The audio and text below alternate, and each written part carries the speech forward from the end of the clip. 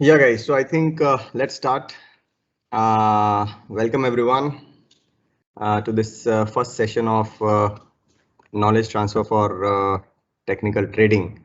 So today we'll be starting with the very basics of the stock market and in the very simplest of languages, because I've been through that phase where uh, a lot of jargons have been thrown into right at the very start to make someone feel very overwhelmed. But the stock market is not as tough as it seems, but at the same time not as easy as it seems.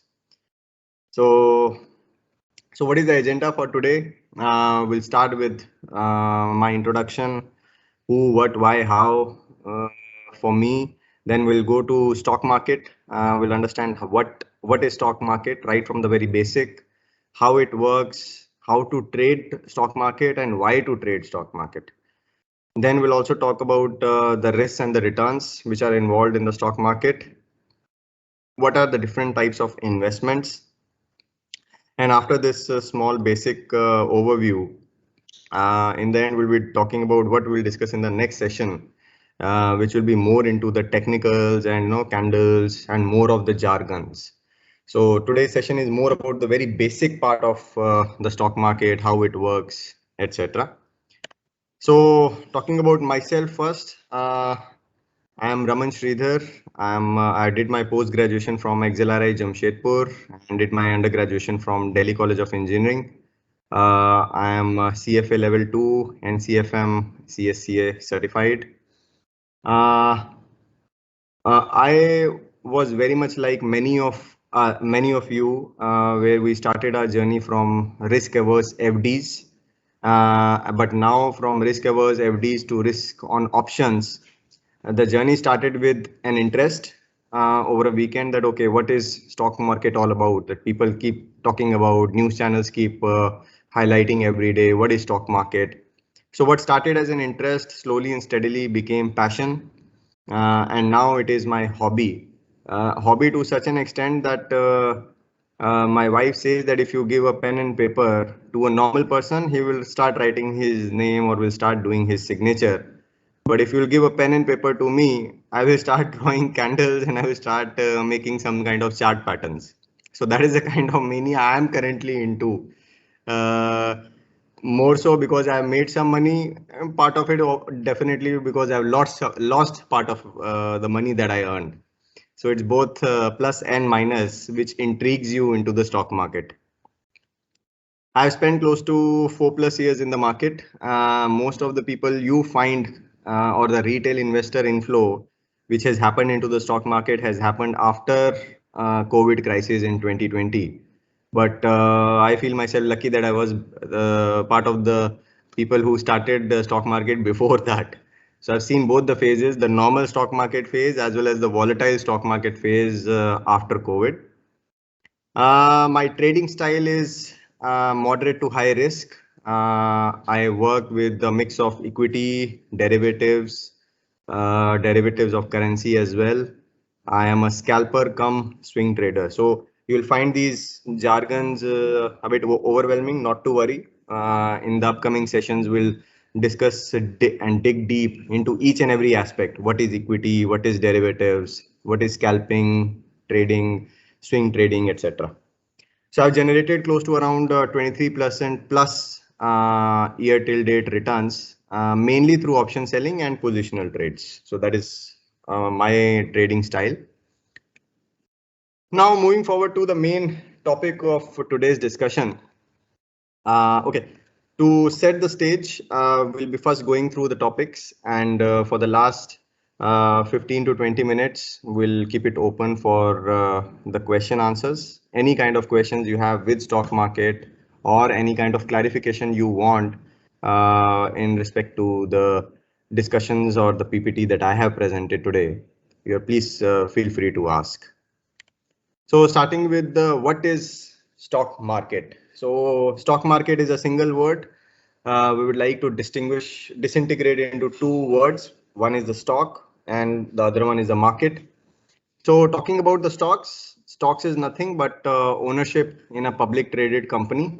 Also, this word is interchangeably used as shares.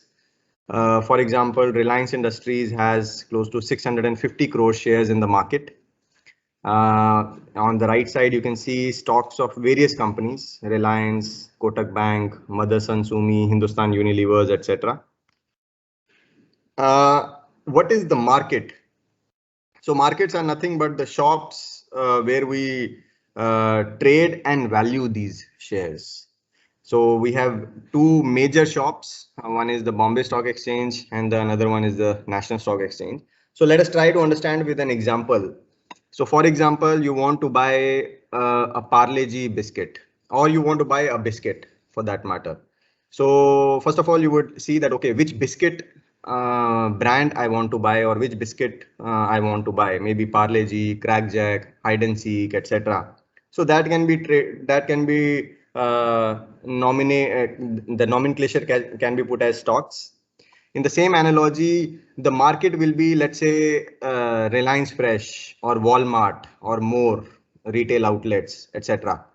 So the biscuit packets are something like stocks, and the market is something like the grocery shops we see around ourselves. We can go to any grocery shop and we can buy any particular brand that we want, or a particular company's product that we want to. So that is exactly what is stock market about. So stocks are there, which can be biscuits. Markets are there, which are like Bombay Stock Exchange or National Stock Exchange, which can be retail outlets. So what is the difference between the Bombay Stock Exchange and National Stock Exchange, just for the knowledge or theoretical part? Bombay Stock Exchange has his index as the Sensex 30.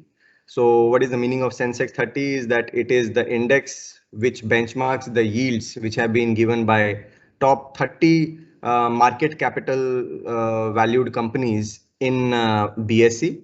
Similarly, for NSE, it is the top 50 market cap companies which are trading in National Stock Exchange. Another difference is that more people are now inclined towards National Stock Exchange than Bombay Stock Exchange. Bombay Stock Exchange is more like traditional and old. National Stock Exchange is more new baby and technologically slightly advanced than Bombay Stock Exchange. Bombay Stock Exchange has listed companies close to 5,000 plus. Similarly, for National Stock Exchange, it is close to 1,900 plus. So if you see in the right chart here, you can see that, okay, there is a stock of Reliance, and we can see the two prices. The one is the Bombay Stock Exchange price, and the another one is the National Stock Exchange price. So for example, Parle-G biscuit, one quantity I want to buy. The Reliance Fresh is saying that, okay, you can buy that at 2,110.25. The Walmart is saying you can buy it at 2,110.50. Mostly there is not much difference between the trade, the value of the stock in two different stock exchanges. Generally, you will see a difference of 10 paisa, 20 paisa, etc. Not more than that. But having said that, yes, there is a possibility of difference between the prices of the same stock in different exchanges, mainly because of the volumes which are traded in either of the stock exchange. So that is about the stock market. In easy terminology, stock, you can put an analogy like a biscuit packet. Stock exchange is somewhere like a grocery shop. You want to go and buy different kinds of biscuit packets. Moving forward, so how does it work? It is pretty simple. It is for any particular stock. So there are like 5,000 stocks in Bombay Stock Exchange, close to 2,000 stocks in Nifty 50.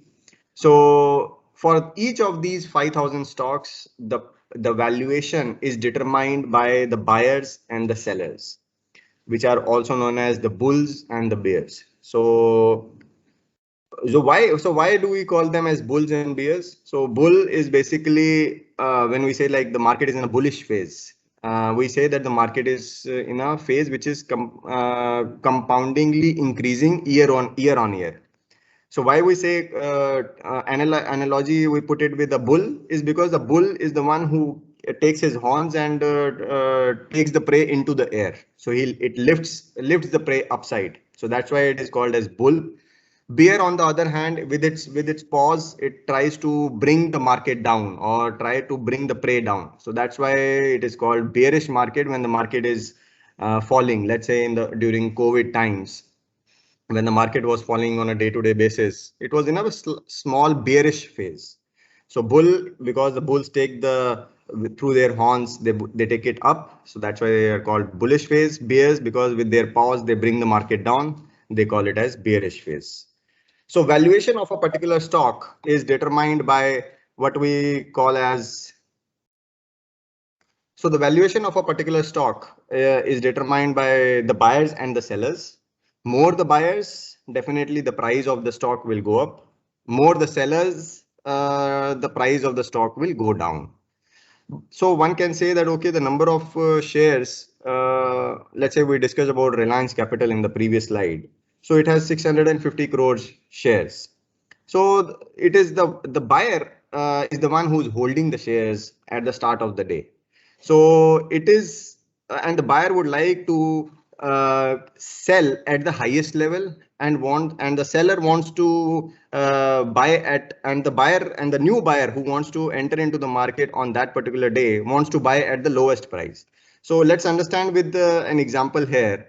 So this is a stock of Siemens. The current trading price or the last traded price for Siemens is at 1675.45. The buyers are having 5 orders. So bid is what, so whenever we put a bid, we want to buy. Whenever we want to offer something is what we want to sell. So bid for 5 people are bidding that they want to buy 67 shares of Siemens at the same price which it is trading. That is 1675.45. Same way, so they cannot buy until unless somebody will sell, right? So it's a very simple concept. So if I want to buy something, if I like the example we discussed just in the previous slide. So if I want to buy 5 rupee Parle-G biscuit, the Reliance Fresh or Walmart should be selling it to me at 5 rupees, right? Until unless the other than that, the transaction will not happen. So the buyer price and the seller price, they should come to a single point and they should say that, yes, we are ready to sell at this price and we are ready to buy at this price. And that is when the transaction will happen. So if none of the buyer will try to increase the price by 5 paisa out of these 5 buyers, none of the sellers from these 8 sellers will be able to sell their shares. And the last traded price will remain in between the buying and the selling price. So this is a very important concept. So how a particular stock is valued in a particular day and why the price changes is because of the change in the buyer and the seller's sentiments. So right now the price is 1675.45. Buyers are saying they don't want to buy more than 1675.45. On the other hand, there is one buyer who wants to buy it at 1674.65, so on and so forth. And the sellers, they want to always sell at the highest price, right? So they want to say that there are 8 sellers who want to sell at 1675.50 and the other sellers prices are higher than that. So until and unless both buy and sell, they come to a point of congruence, the trade price will not change. So how do you determine? So for example, if I have to determine the price of Siemens and I am a buyer or I am a seller, so how will I determine the price of Siemens? So let's not take the example of stock. Let's move to our normal terminology example. So for example, so somebody says that, okay, how will you determine the price of your house, the house in which you are living and you are the owner of that house? So what you will do? So first of all, you will see that, okay, just 2 days back or 2 weeks back, there was one house which was sold in the same street and it was sold for 1 CR. So, and my house is in the same street. Okay, I can see that, okay, my house will also be 1 CR plus minus 5 lakhs. Okay, so That is one kind of benchmarking. So, okay, in the same street, the last traded price is 1675.45 for Siemens. I'm trying to find a relationship between the two examples. So, okay, in the same street, Siemens was 1675.45. I can buy slightly at a lesser price, or I can sell, if I'm the owner currently of Siemens, I can sell slightly at a higher price. So that would be my kind of benchmarking. Also, I would like to see that, okay, Siemens has a valuation of 1675.45. What is the other valuation parameters for Siemens peers? So let's say BHEL or some other company which is into the same field as Siemens. What is the kind of valuation they are trading at? Like we are discussing about the last house sold. So one way of doing the benchmarking is that what is the last price Siemens was sold and what was the last price that BHEL was sold, for example, or any other peer of Siemens was sold. So that is one way of determining the price of a particular stock. That is, first is benchmarking. Second is future potential. So your parents can always say that, okay, there is an upcoming metro just 2 kilometers away from your house in another 5 years. The plan has already been finalized. So I can see the price of my house going from 1 CR to 1 CR 20 lakhs in another 5 years, for example. So that one future potential, the market starts taking into the price right now. So market always discounts and premiumize the price of the future events right today. So whatever is the market information which will be available will be consumed in that particular price. Because if there is an upcoming metro close to your house, that is not just known to you, that is known to everybody in and around your place. So everybody will start to increase their price. So one, the benchmarking will also start increasing because the future potential of that particular house is expected to go up. And the third aspect is very simple. What is the supply and demand? So if there are only 10 houses in that street, each house will be given a different price. If there are 100 houses in that street, each house will be given a different price, provided the number of buyers are the same. But if the number of buyers of that particular house are higher, so there's a lot of influx which is happening. Let's say, for example, Gurgaon. So Gurgaon is a hub for a lot of MNC companies. So there'll be a lot of people. I'm talking of non-COVID days, of course. So a lot of people would try and want to buy a house in Gurgaon. So the demand for Gurgaon houses will start increasing. Similarly, if we take the example of Siemens, let's say there is one order which only Siemens can make. So for example, Siemens is into, let's say, generators or power plants.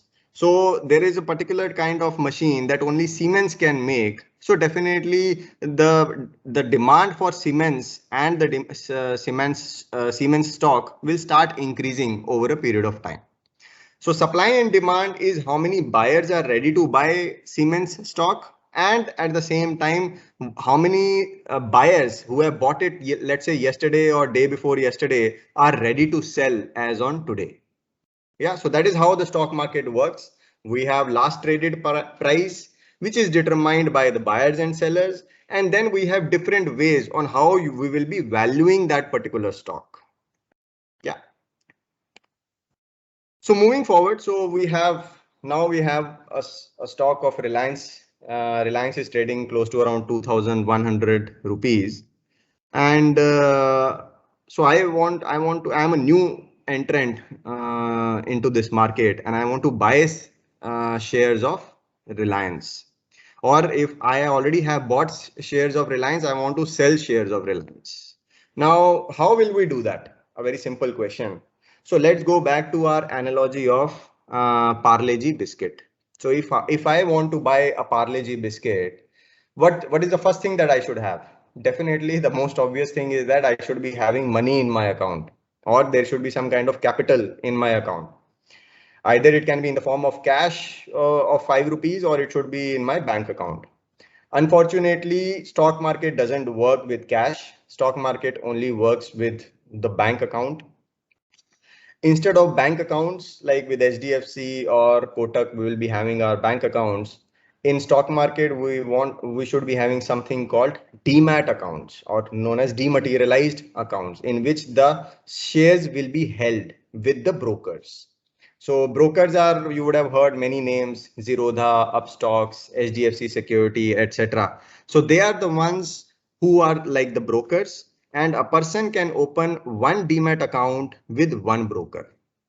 So let's say if I'm Raman Sridhar can only open one account, one demat account, in which I can put my money to buy and sell shares with Zerodha, with Upstocks, with HDFC Security, with Kotak Security, so on and so forth. So I can open 4 demat accounts with 4 different brokers, but I cannot open 2 demat accounts with the same broker.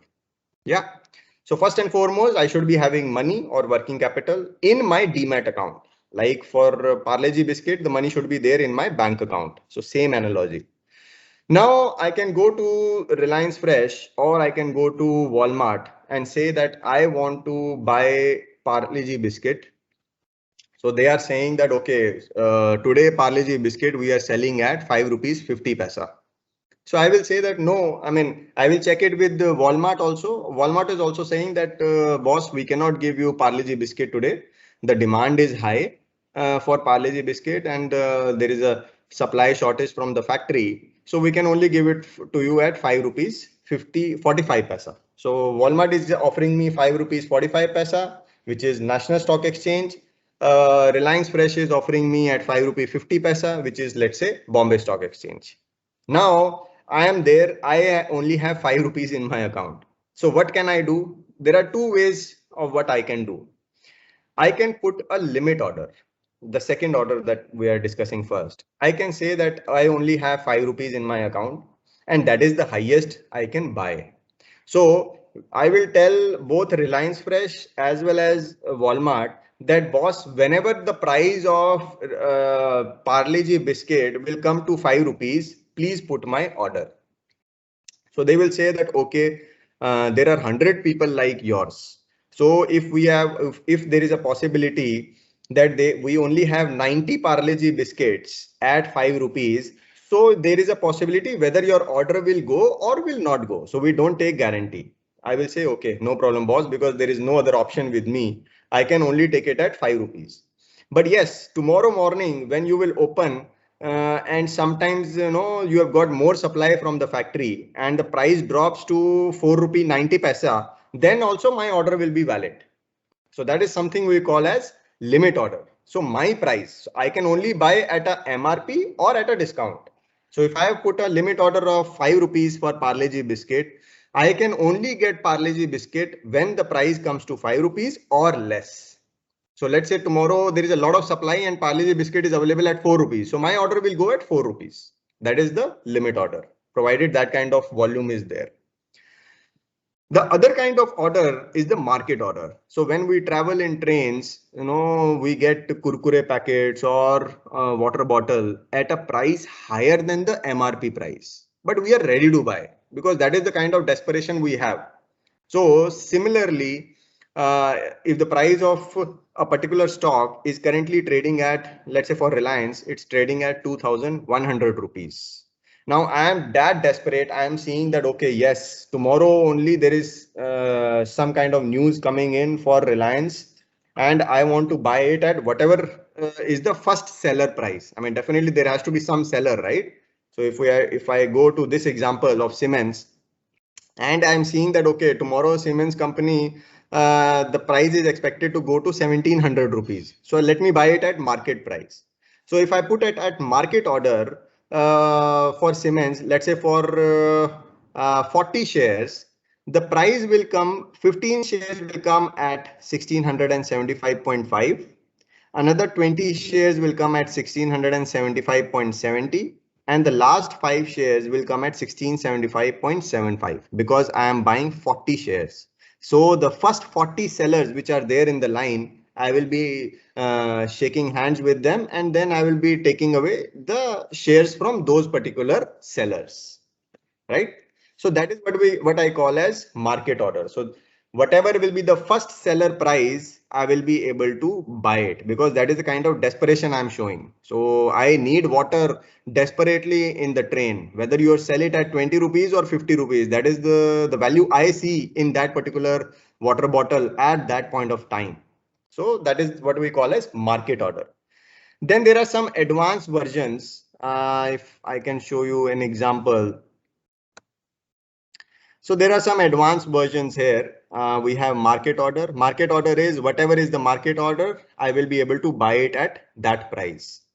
Limit order, so I can put it at, okay, right now Reliance is trading somewhere between 2144.75 to 2145.65.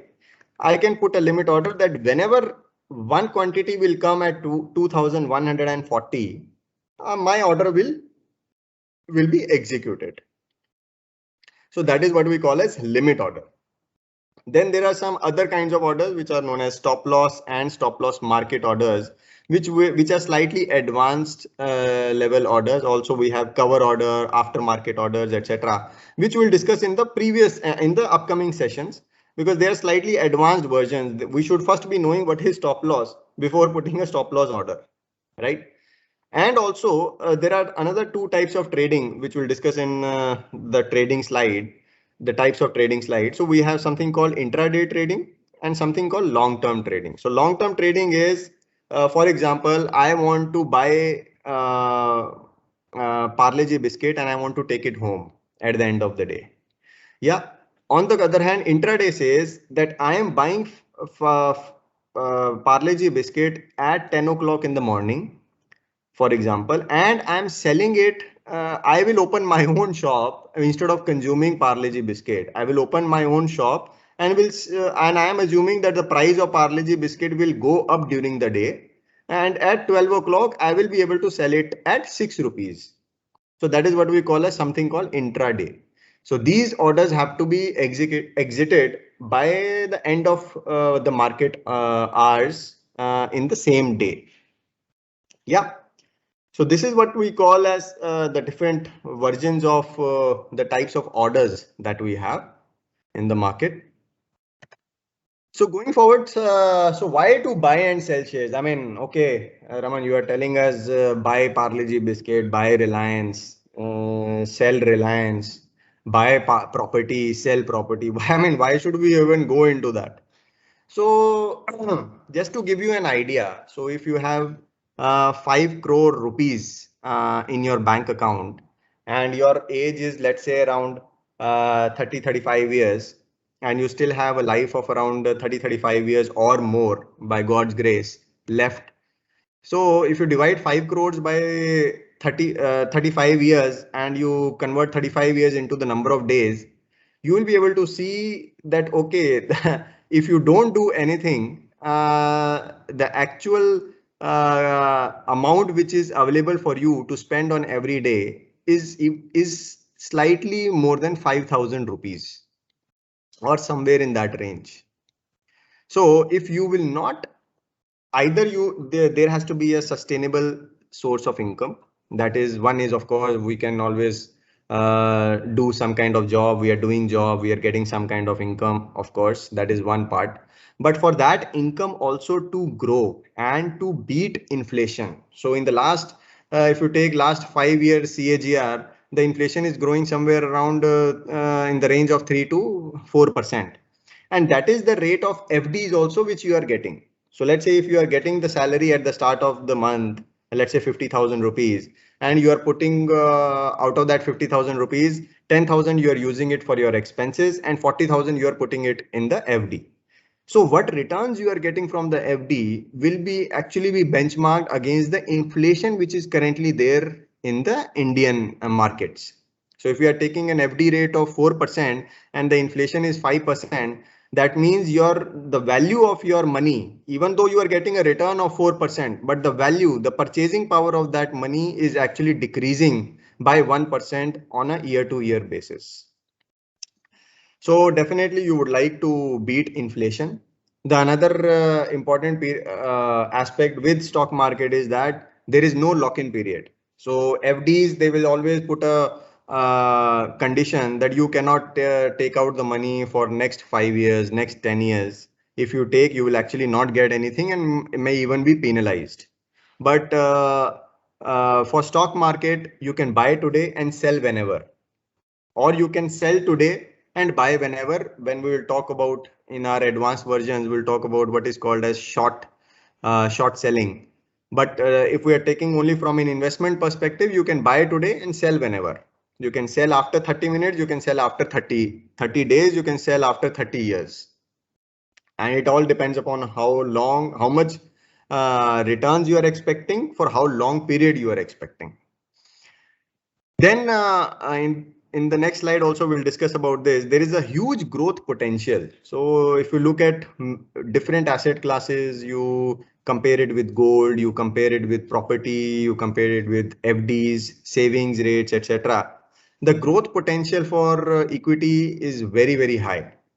So definitely, I mean, we are looking at something close to around 13 to 15% kind of returns, CAGR over the last 5 years, whereas the FD is somewhere around 4%. The gold return would be somewhere around 7 to 8%, so on and so forth, which we'll see in the upcoming slide. There is no minimum amount. I mean, if you have 5 rupees, you can go and buy a stock of 5 rupees. If you have 5 lakh rupees, you can buy 1 lakh stocks of that 5 rupees, so on and so forth. So you don't need any minimum amount to invest into the stock market. There are tax benefits. We have long-term capital gain tax, which is fixed at 10% or less, compared to 10 to 30% for other asset classes. And also there is something we call as power of compounding. So Reliance Industries, if it is growing by 10% every year, so you are getting earning returns. You are basically earning returns on returns. So first, the 10% that you have gained in the first year will also be giving you 10% return in the subsequent year, so on and so forth.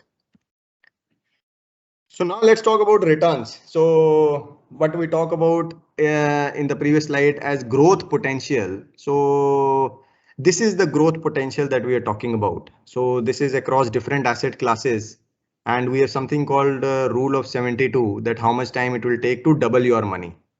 So if you put the money in savings bank account, it will take 20 years to double your money. So 1 rupee will become 2 rupees in 20 years. For tax-free bonds, bank FDs, it will take somewhere close to 15 years. For corporate FDs, which are slightly high on the risk, will take somewhere around 9 years. But if you compare it with the equity and derivatives, you can actually double your returns in close to 5 years. So you would have heard from your parents that there was some kind of phase in 1990s where every 5 years you would double your money which is there in the bank account. So that you can still earn through equity and equity derivatives over a period of 5 to 6 years. So this is for the last 5 years CAGR, what kind of returns we have got across different asset classes. Now we always say that our parents, gold is the safest investment. Always invest in gold. Whatever will happen, gold's value will remain, especially from Indian mindset. That is the kind of notions that we always carry. So this is the kind of returns we have got from 1999 to 2021. I mean, year till like just 2 days back when I took the screenshot. So why I have taken the period from 1999 to show you the effect of dot-com bubble, which happened in 2000, subprime crisis, which happened somewhere around this time in 2007-8, then also COVID crisis, which happened in 2020. Across different crises, the returns. So the one in orange is the Nifty. So the top 50 companies in Nifty, their returns from 1999 till date are close to 1,600% over a period of let's say 22 years. In the same time, the return of gold is only not, I would not say only, I mean 500% kind of return is a great interest, but it definitely becomes a small dummy in front of 1600% kind of returns. So you can see that even during tough times, dot-com bubble, subprime crisis, tapering, which happened in 2015 onwards, the COVID crisis in 2020, across different crises as well. Yes, there has been volatility in the returns. There was one phase where the returns from gold was even higher than NSE compared to 1999 as the base. But in the long term of close to 21 years, the difference is humongous. It's close to 3 times the return which we have got from equity as compared to gold. So that is the importance of equity. So, that is what I actually feel, what we hear from our parents or from hearsay that, okay, that uncle lost 5 lakh rupees in stock market. That uncle's friend lost another 10 lakh rupees in stock market. So that is the kind of notion, and that is actually what I also went through. So I thought that this is complete gambling. I mean, you put a price on Reliance, you want to buy at 2140. If it becomes 2150, okay, you are happy. But if it becomes 2130, what will happen then? So equity is very much a game of probability. You make some kind of technical charts, you make support resistances, uh, all these aspects, candlesticks, strategies, etc., option strategies, or strangle, straddle, etc. All these strategies only increase the probability in your favor. So whenever, let's say, for example, I am a naive person and I entered the market in the morning, I put a stock, I want to buy Reliance at 2100 rupees. I mean, what will happen? Either it will go up or it will go down. So, right, there is a 50% probability of both at any given point of time. So there is nothing else will happen, right? Either it will go up or it will go down. There is no third possibility. Third possibility, yes, it can remain at the same price, but then I will also be remaining in the trade. But there is no third possibility which will happen. So between how to increase my possibility from 50% to 70%, 80%, in order to get more returns and safer returns from equity is where the technical trading, chart patterns, they come into the picture. So equity, yes, we have heard a lot of hearsay. That guy lost 10 lakhs, that guy lost 5 lakhs. But there have been many stories. I mean, I'm not even talking about Jhunjhunwalas, etc. But small person in household, they are making money out of equity. They know the tips, tricks of the market, and they are making 5,000 rupees a day. Yeah, you multiply it with 20 trading days, you are making 1 lakh rupees out of nothing. So not much skill set is required for making money in equity, but definitely, yes, some kind of skill set is definitely required. So Raman, you have told here, you have shown some rosy picture. Equity is giving some tremendous returns as compared to different asset classes, as compared to gold. So, but we always know that there is no return without a risk. So what is the risk in the equity market? So let's talk of one example of the risk. So last 10 years, we can see that yes, gold has given us a return of close to 17%. NSE has given us a return of close to 200%. And then there is a stock which is very much a part of stock exchange known as BHEL. I mean, nothing against BHEL, but yes, just for an example, I'm taking this particular stock. BHEL has actually given us a return of minus 80%. So yes, the Nifty has increased by 200%, but what is one of the big companies, a big stock in that particular company has actually given a return of minus 80%. That means if I would have invested 100 rupees in 2011, instead of giving me returns of 3% at least from what I would have got from FD, I am getting a return of minus 80%. From a renowned company, I'm not talking about some all these fraudster companies, but a company which is definitely there on ground, and an old company, a Maharatna company, BHEL, which has given us a return of minus 80%. So that is the risk which is involved in stock market. If you are at the wrong side of the game, then you will be definitely be butchered. Sorry to use that word, but yes, I mean, markets are brutal. See, if there are people who are making money in the stock market, they are definitely taking money from somebody else. And that is exactly the importance of technical trading or any sort of understanding about the market, whether it is fundamental trading, technical trading, or just looking at the charts or some insider information. You know, if you have to take money from somebody else, you should be having some kind of knowledge which the other person is not having. It's as simple as that. So if some person is just putting the money in BHL, or you a very famous example of Reliance Power, it started at 800 rupees. Now it is trading somewhere around 16 rupees. So you can understand the kind of negative returns that particular stock has given. I mean, nothing against that. So how to manage the risk? So we have to manage the risk by following some 4 to 5 thumb rules. The first one is that we should be following what is the broader market trend, that okay, market is going up.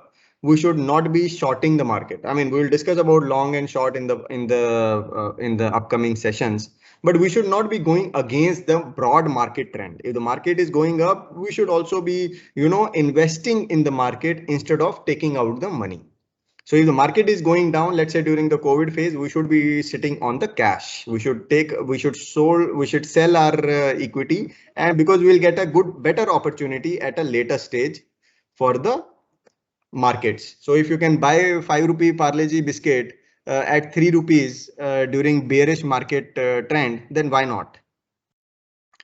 Then also another way of risk management is diversification of the portfolio. So you should be investing in equity. You should also be having some kind of investment in property. You should be having some kind of investment in gold. So different asset classes, you should be diversifying your portfolio.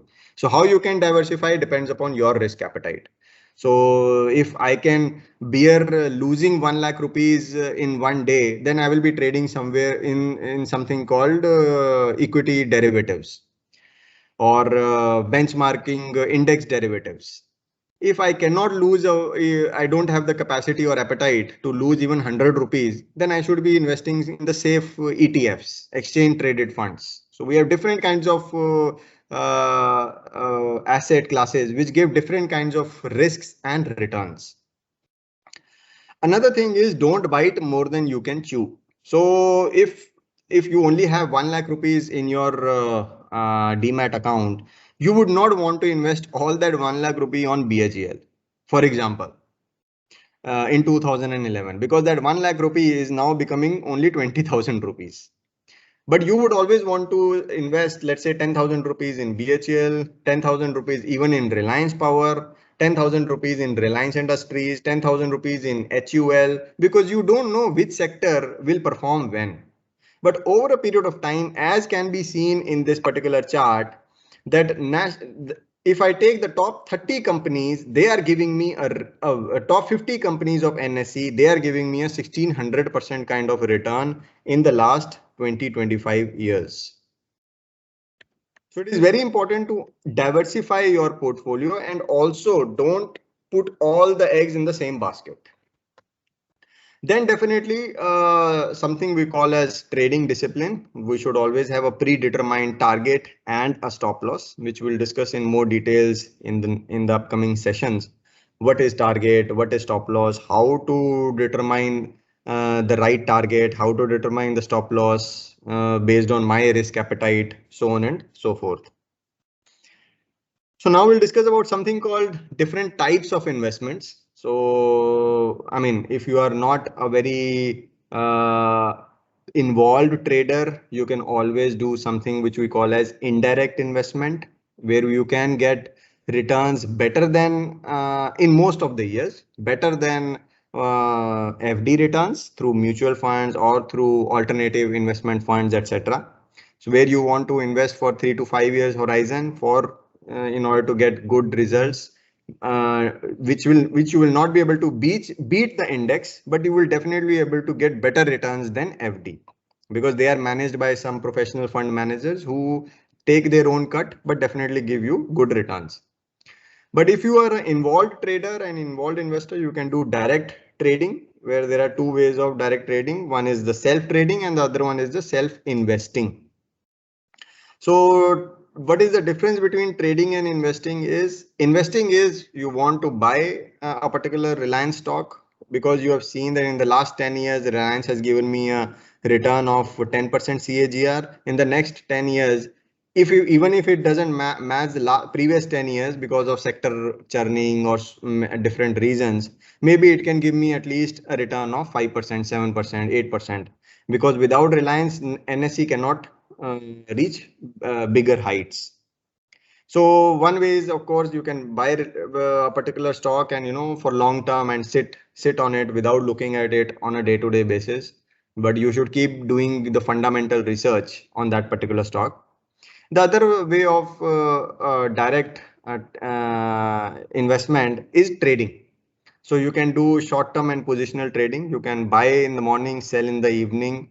You can buy equity derivatives. You can sell options, etc. But for that, as I said, you should be having some knowledge which the other person doesn't have, because you have to take money from his pocket. It's as simple as that. So everybody is pumping in money into the stock market. There will be some people who are taking away the cake. There are some people who are giving the cake or serving the cake to other people. So which side of the of this particular trade you want to be depends upon how much knowledge you cater whenever you are entering into a particular trade. So that was about this particular session. I mean, we'll open it for Q&A very soon. I think we have done it in close to 50 minutes. Just a small sneak peek of the next session.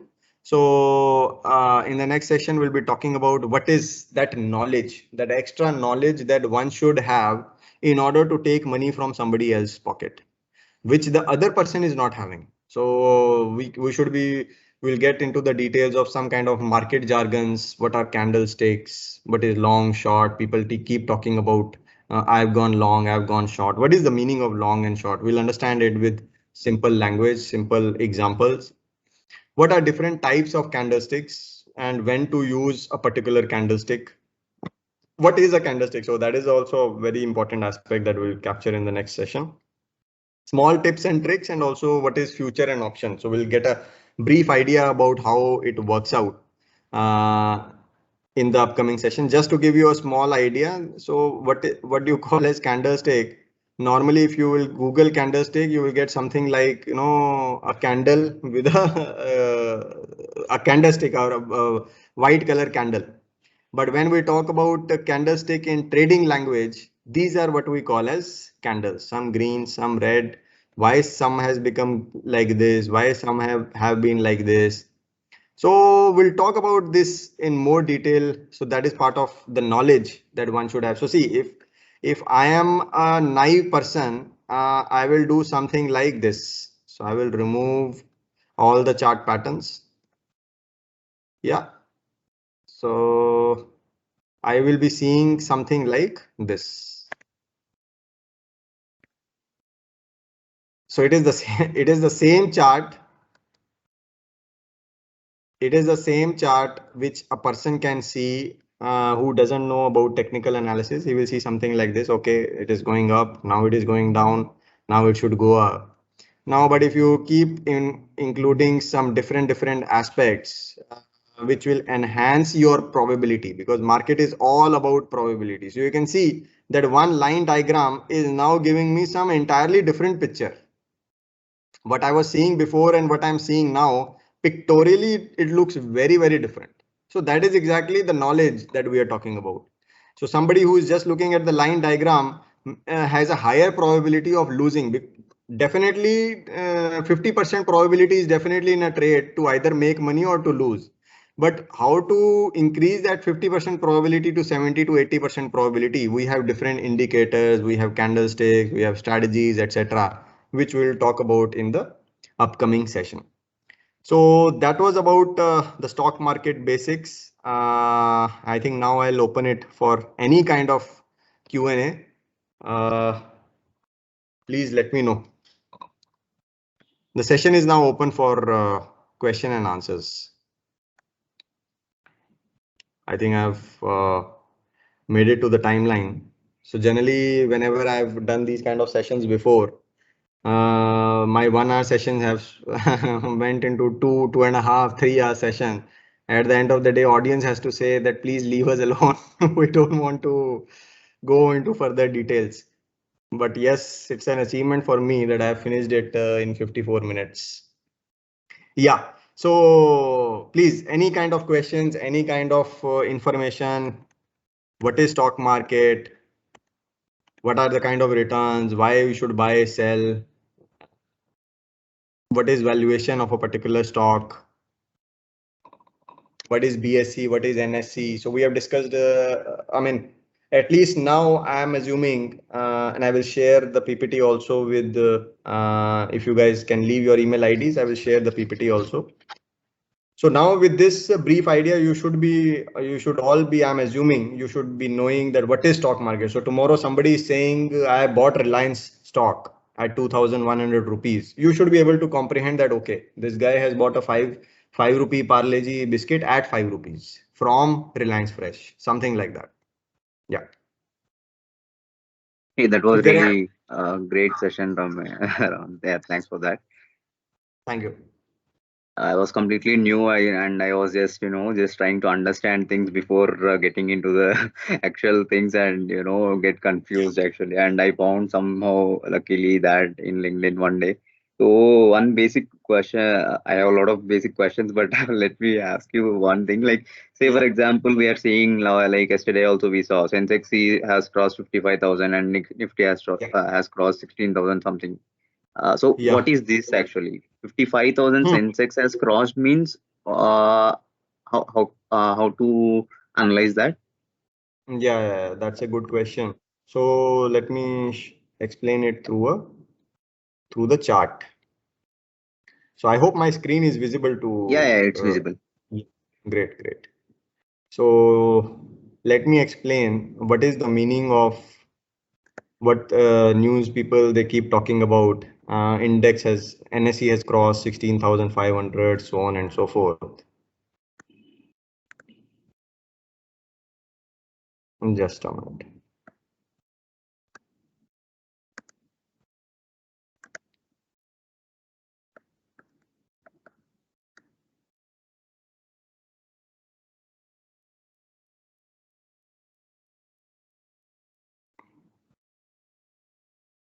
So it is nothing. If the chart can just pop up, I will be able to explain in a better way. Yeah, because it has to stretch till 1990, so it will take time. So you can see that some kind of chart pattern is building up here. Yeah. Yeah. So let it build so that we can understand it in more details as to what people keep talking about. 16,500, 55,000.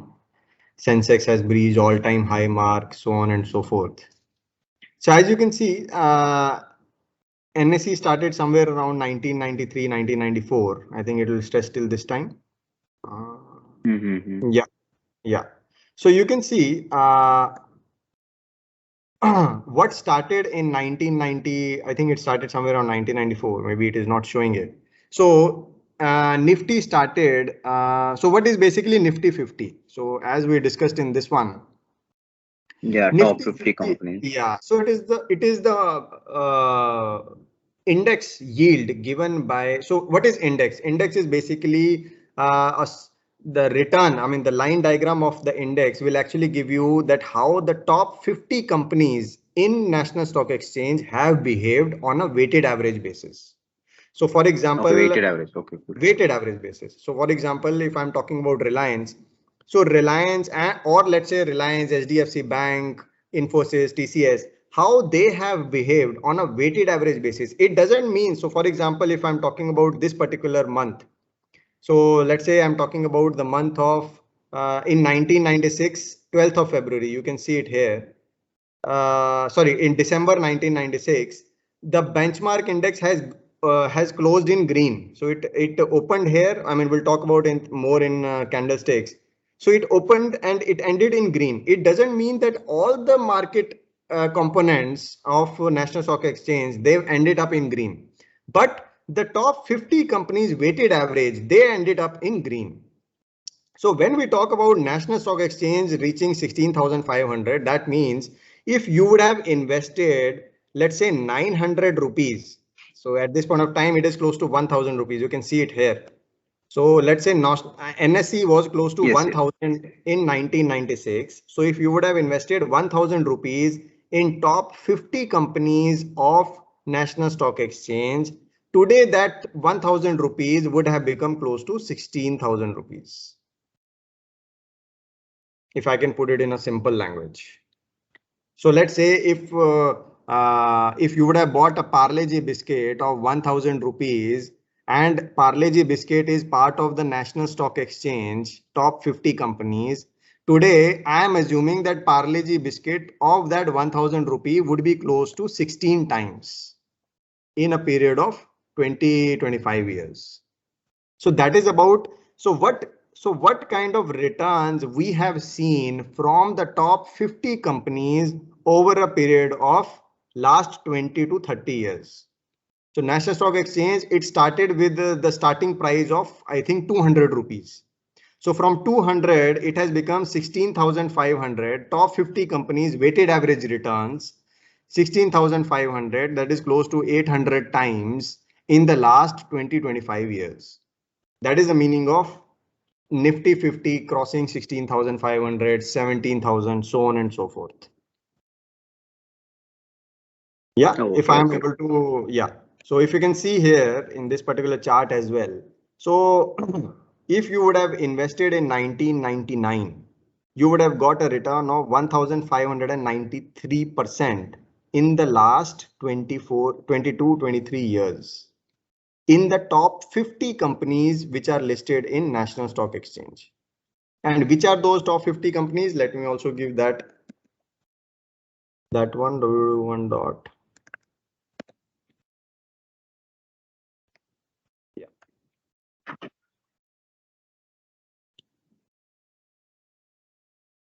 So if you'll go, this is the website of National Stock Exchange. If you'll go here.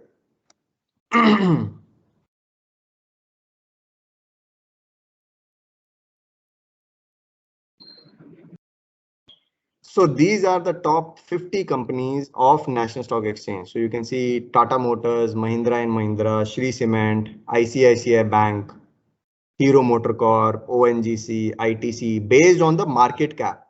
So what is market cap? Market cap is nothing but the valuation of the stock, which is 1,689 multiplied by the number of tradable stocks.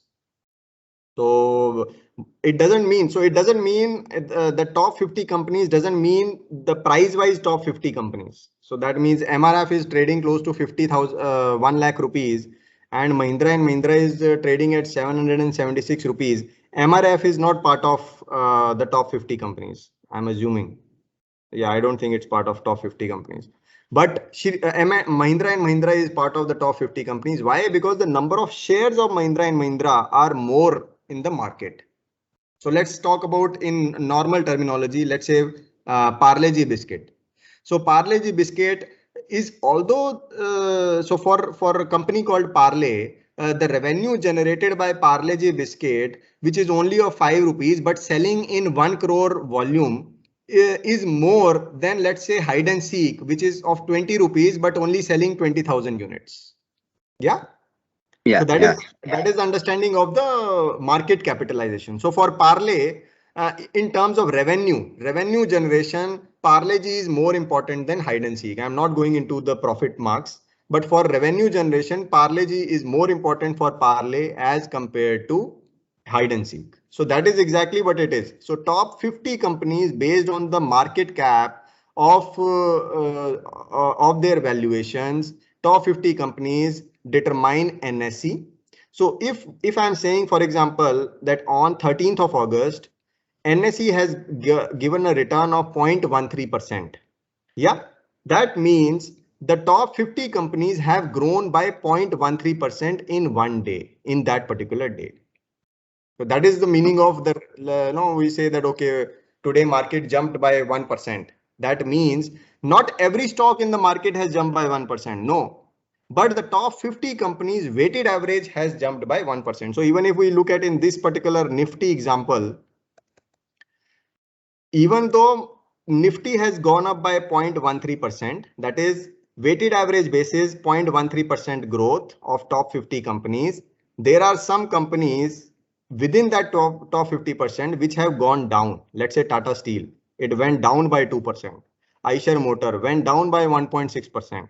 Sun Pharma down by 1.24%. HDFC down by 0.25%.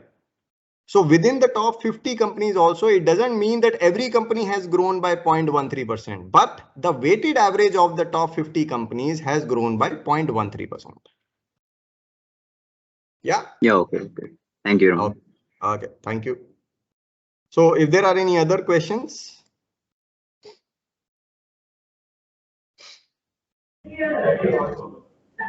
Hello. Hi, Raman. Yeah. Hi. Yash. Yes. First of all, thank you so much for this basic concept, like kind of a revision for me. It's been just a couple of weeks. I have started full-time trading, and I've just going through, like online resources, and it's pretty difficult for me as a, a mature trader to, figure out the, the compiled form of this BSE NSE market. So thank you so much for that. So, like, I have just some basic questions. Number one is that, like, it's been few weeks, as I mentioned earlier, that, like, actually, I'm interested in, like, I have a couple of strategies, right, as of now, and I want to, make a trading system for me, right? Right now, I know a couple of charts, and I use these indicators in order to, just support my theory, right? But since this is a discretionary trading and it's not 100% correct, right? So I have read a lot that trading systems helps a lot, right? So I wanted to understand, like, will there be a session where I can learn and understand how to, make trading systems and implement it on the live market? And secondly, like, it's just a general question that I missed a couple of few minutes in between. So can I get the sessions recording, like via mail or YouTube or something? Sure, definitely. So answering your first question, so the strategy of this particular, conducting these sessions was that, okay, we'll start with the very basics. So there are many people, I'm very sure in the audience, who don't know what Nifty 50 or Sensex is, or how to trade, why to trade. So, we should be knowing why we are investing, right? What kind of returns we should be looking at, what is the kind of risk that we should be carrying in a particular trade. So my thinking was that we'll start from the very basics, and then over a period of time, we will build on those basics and develop the strategies. In the upcoming sessions, my thinking is that I will be taking it for 10 sessions long. In the upcoming sessions, we'll be discussing about the candlesticks, the technical trading part, and then going forward, we'll also be talking about the strategies and even some of the strategies that I use myself. So, which are giving me good returns. So, for example, if I can share an example with you, I started in trading in 2016-17. At that point of time, the way market used to behave was very, very different. The way they are behaving now. So I made good money before 2020 in options buying. And after 2020, despite having COVID scenarios, market scenarios, etc., higher volatility, I have made more money in option selling. So all these strategies, all my experience of 4 to 5 years, will be discussing in more details. But my thinking is that each and every person, whosoever is attending the session, should be able to comprehend that. At the end of the day, he should not be saying that, okay, he was talking some grammar which I could not understand. So which is what I don't want. So we'll be starting small and we'll be building upon all those aspects. We'll be sharing your strategy also. I will, maybe if you want, I can also comment on your strategy. What is good, what is very brilliant in your strategy. We'll build on that. And the second aspect is that for the indicators, as I said, once we are discussing the strategies, you can also share your indicators with me. These are your indicators, how this is the strategy. We'll definitely discuss that and we'll see how to go about it. And the recording, it will be shared. It will be shared. Please don't worry about it. Great. All right. Thank you so much. Yeah. Thank you. Yeah. If there are any other questions.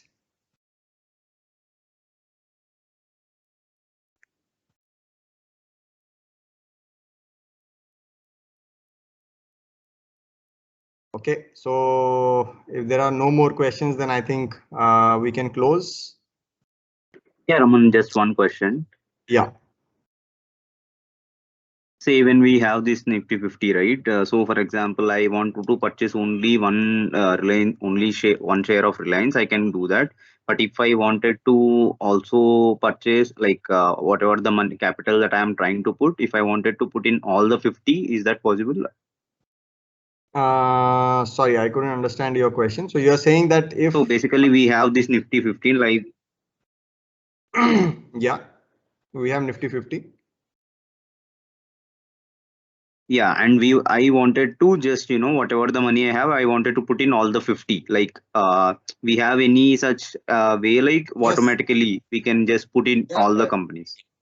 Yeah, definitely. So there is an instrument called ETF, which is called as exchange traded funds. So let me show you an example. This is something we call as Nifty Bees, Nifty Benchmark Index. So basically, this Nifty Bees is nothing but it is a replica of Nifty 50. So if Nifty 50 in a particular day is increasing by 0.1, it is basically it is indexed to Nifty 50. So if you want to invest in all the shares which are there in Nifty 50 and want to get same kind of returns, you can always invest in exchange traded funds or ETF. Sorry, excuse me, ETFs, which is basically Nifty 50. So if you can see here, this is Nifty 50 has grown by 1.01% in last trading session. This is Nifty Bees. If you can see here, Nifty Bees has also grown by 1%. This one. So if I want to buy and hedge myself that I only want the returns which Nifty is giving, I will in the morning I will go and buy 10 shares of Nifty Bees. There is no company called Nifty Bees. If you will go and search, okay, there is Raman said that in NSE and BSE only companies are listed. Companies are listed definitely, but there are some exchange traded funds also which are listed, which is known as which give the same returns as the exchange to which they are replicating. So if I want that I only want a safe investment, there is a saying that Nifty only has to go up. That the kind of liquidity which is there in the Indian market, the kind of money which is being flown into Indian markets through FIIs, etc. Nifty is only expected to go up. That is what is the people normally talk about. So you can always invest in Nifty Bees, and these Nifty Bees will give the same return as given by Nifty 50, the index.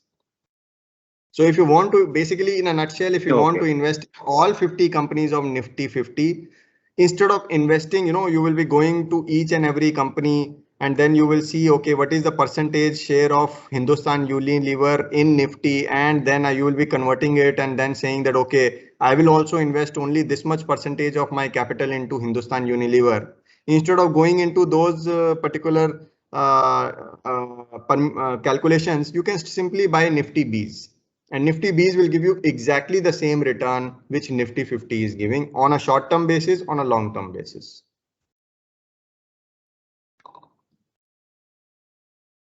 So this is an instrument which is known as exchange traded funds, ETFs.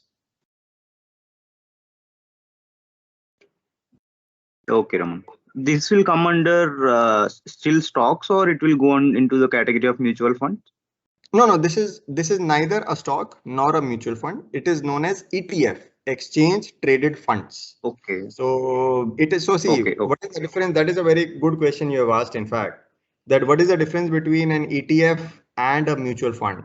So mutual fund is managed by some mutual fund manager who will be charging you a commission. So, okay, that I am on the, like, for example, I am the fund manager. So what I will do is I will take money from you that you invest 1 lakh rupees in my account. I will be trading on your behalf. At the end of the day, I will be telling you that I have got 10% return.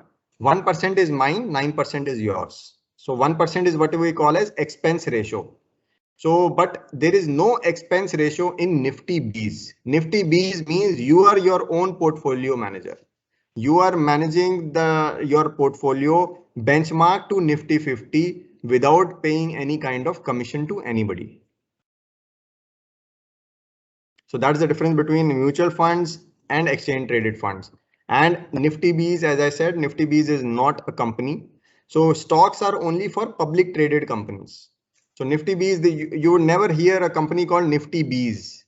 Nifty Bees is Nifty Benchmark Index, which is an exchange traded fund. So if you want the same returns as Nifty 50, invest in exchange traded fund. It is a safer investment. Okay. And this one, right? Whenever we say about some, say Zerodha itself, they say always this 0% commission. What does that mean then? Okay. Yeah. So if you look at this, this is Zerodha brokerage calculator. So when they say that they don't charge any, or they have 0% brokerage, is here. If you look at here, so there are different kinds of ways we can trade. One is intraday equity. Equity is basically trading in stocks. So intraday equity, delivery equity. Delivery equity means that you have taken the stock into your trading account for the next day trading. So if I take an example, intraday equity means you bought 5 rupee Parle-G biscuit in the morning, you sold it in the afternoon. Whatever profit or loss, it will either added or will be deducted from your account. Delivery equity means you have taken the delivery of that 5 rupee biscuit. So you have bought the 5 rupee biscuit at 9 o'clock and then you are saying that I will be selling it after 10 years. So that is what we call as delivery equity. This futures and option we'll discuss in the previous and upcoming sessions. So what they say as zero brokerage is for the delivery equity. You can see brokerage is 0. For others, they charge 40 rupees brokerage. So what they say is 0% brokerage. You have to pay all the stamp duty, the tax, etc. But you will actually be having 0 brokerage only if you take the 5 rupee biscuit home. If you are selling the 5 rupee, same 5 rupee biscuit you buy in the day and sell in the evening, you will still be paying a brokerage of 40 rupees. Now, for example, let me take an example. Let's say you bought Reliance at 2100. You sold Reliance at 2100, one quantity. Ideally, you should not be having any profit, any loss, right? But if you will see, you will actually be having a loss of 5 rupees. That is, if you have taken Reliance today and you are selling Reliance tomorrow, you will be having a loss of 5 rupees. Same buying and selling price. Now let's go to equity, intraday equity. If I take intraday equity, I will be having certain amount of brokerage, which is not there in the delivery equity. But in intraday equity, the taxes are on the lesser side. So total tax is 2.71 rupees. Here the total tax is 4.48 rupees. But both ways you are paying the tax. But what they talk about as zero brokerage is only for the intraday equity. For the delivery equity. Intraday equity, you will be paying the brokerage. Yeah, okay. I hope that.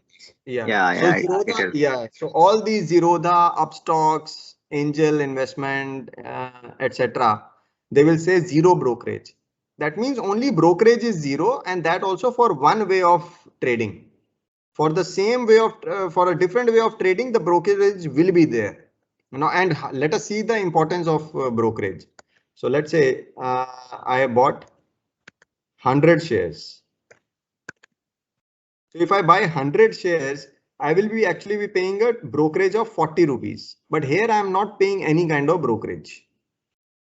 Here for delivery equity, we will not be paying any kind of brokerage, but yes, we'll be paying more taxes because I'm taking that particular biscuit to house. So there'll be more tax implications on that particular biscuit as compared to the tax implications which you bought in the day and sold within the same day. Yeah, so this is what they call as zero brokerage. So zero brokerage is not that, okay, there is no brokerage at all. There is brokerage, but it depends upon which way of investment you are having or which way of trading you are doing.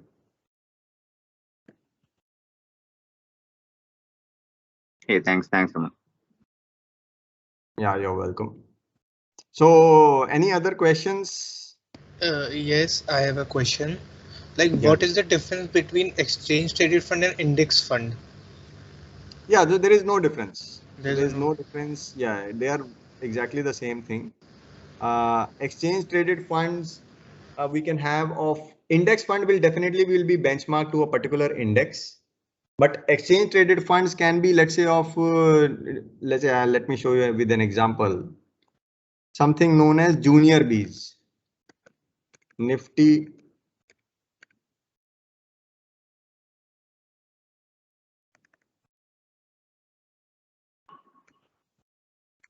Yeah, so something called as junior Bs. So junior Bs, they are also an exchange traded fund, but they are not benchmarked to a particular index.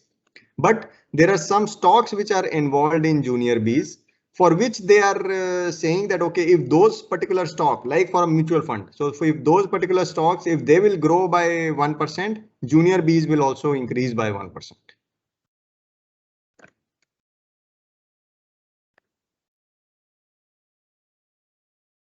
So you can see Nippon India ETF Junior B. So these are ETFs. So if I will open Nifty Bs, that means it is an ETF, but it is marked to a particular index. So it becomes an index fund. So you can see, okay, high risk. So for anyone who is having a high risk appetite should be investing in Junior Bs. So here what you are doing is you are not investing in a particular stock, but you are investing in a basket of stocks. So that is about what we call as exchange traded funds. So if you don't want to have the hassle of, opening your Demat account, looking at, okay, which particular stock is doing well, which one is not doing well, you can always have this option of investing in ETFs. Okay. And also, like, how would we getting informed about the next session? Yeah, so the session, I mean, the timings mostly will remain the same. We'll be having it at the same time. I will be informing one day in advance, that is on Friday evening, that when are we having the next session and what are the topics that will be covered in those sessions. Okay, thank you. Yeah. So if there are no more questions, then I think we can close the session. Yeah, so please share your email IDs. I will share the PPT with you guys and looking forward to next session. So thank you so much. And in case there are more questions, you can always send me a message on LinkedIn, or you can send me a message on MS Teams, etc.